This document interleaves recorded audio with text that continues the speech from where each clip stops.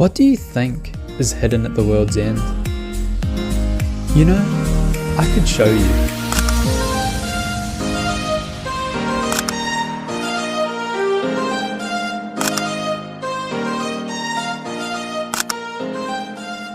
As with all adventures, this one began at 6:23 AM on a Tuesday with two siblings and the brilliant idea of walking for fun.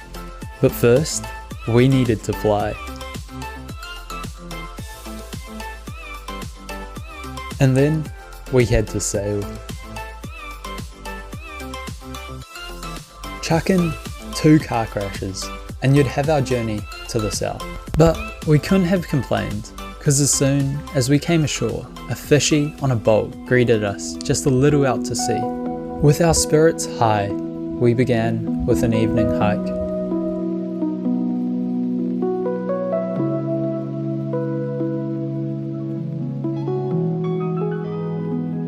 Day 2 started at 10. After a crunchy breakfast, it ensued with a high-stakes escape. Stewart Island might be almost predator-free, but those bumblebees need a restraining order.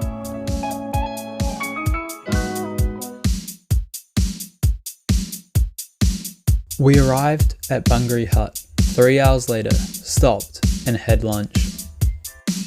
Hiya, welcome to Manu and Rohan's food reviews today.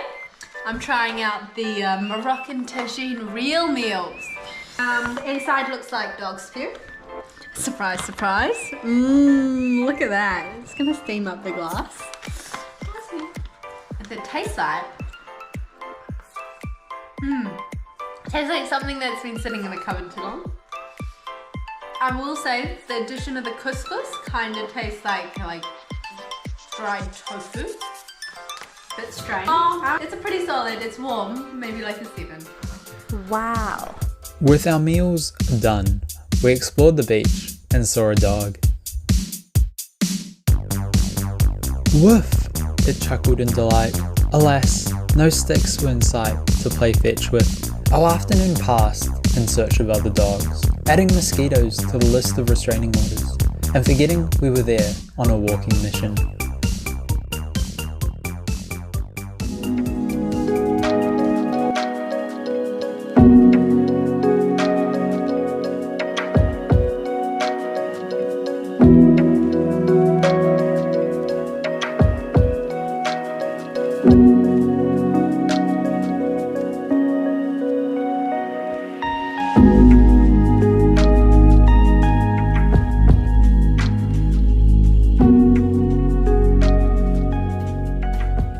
Day 3 began at dawn.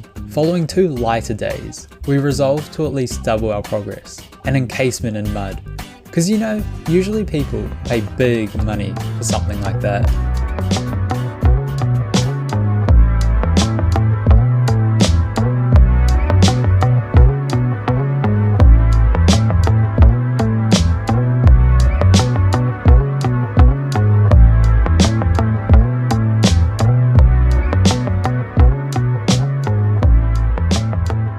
You know, there's some things every tramper needs to know, and usually we're pretty well informed by the internet and local guides. For example, we were warned about the mud and the river crossings, and whether Mr. Lion was having a party that week or not. But you're never truly warned about the effects of having so much distraction-free time, and that, I think, deserves its own first aid course.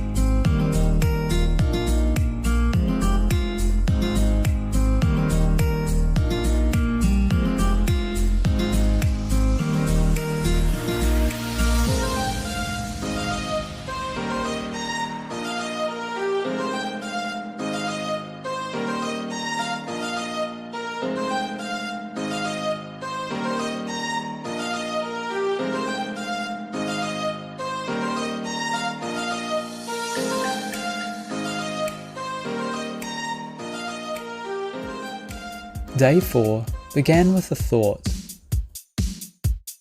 Back up, I repeat, we need backup, we need it now. He's thinking of who the trees might be waving to again. Honestly though, for me, it feels like one thought trap squeezes shut whenever I'm out walking for long enough, and another opens up, It might be because I'm away from the internet and I'm taking a break from the millions of commitments that I've normally got going on in a regular day. The assignments, the chores, the promises, the sports. That's not the point though. What I'm trying to say is, I think differently when I'm out tramping.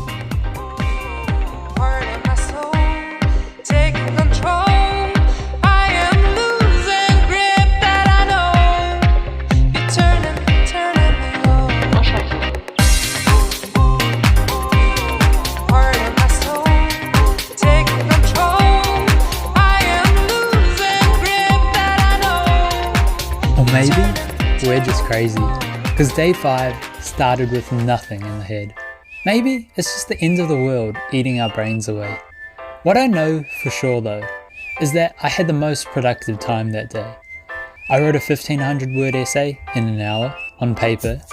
I met some strangers and we talked for hours and hours, and I wrote 2 poems that would later win awards. But maybe it was a coincidence, or maybe it was because I had no distractions that day. Or maybe I'm just making it up.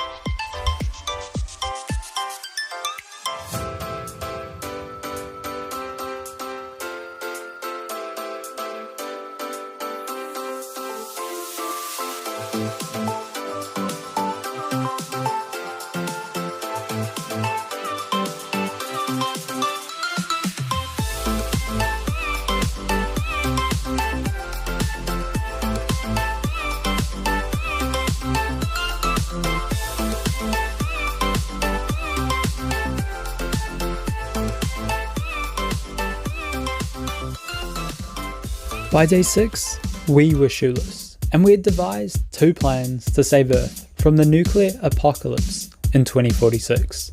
One was going to make me rich, the other was probably the noble thing to do. But, you know, I have to afford new hiking boots some way or another.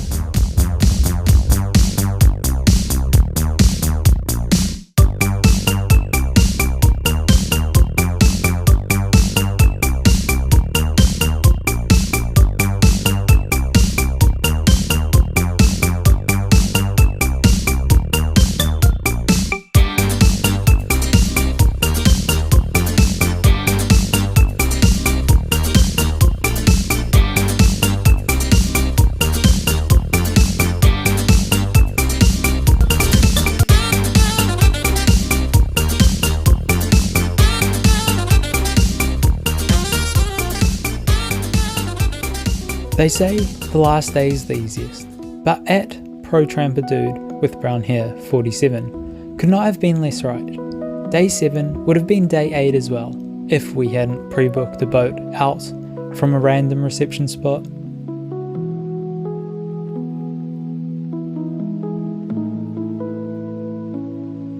If the world's end taught me anything, it was this. You don't need to plan 10 things to be productive, and madness is going to take a hold of you out here, whether you want it to or not.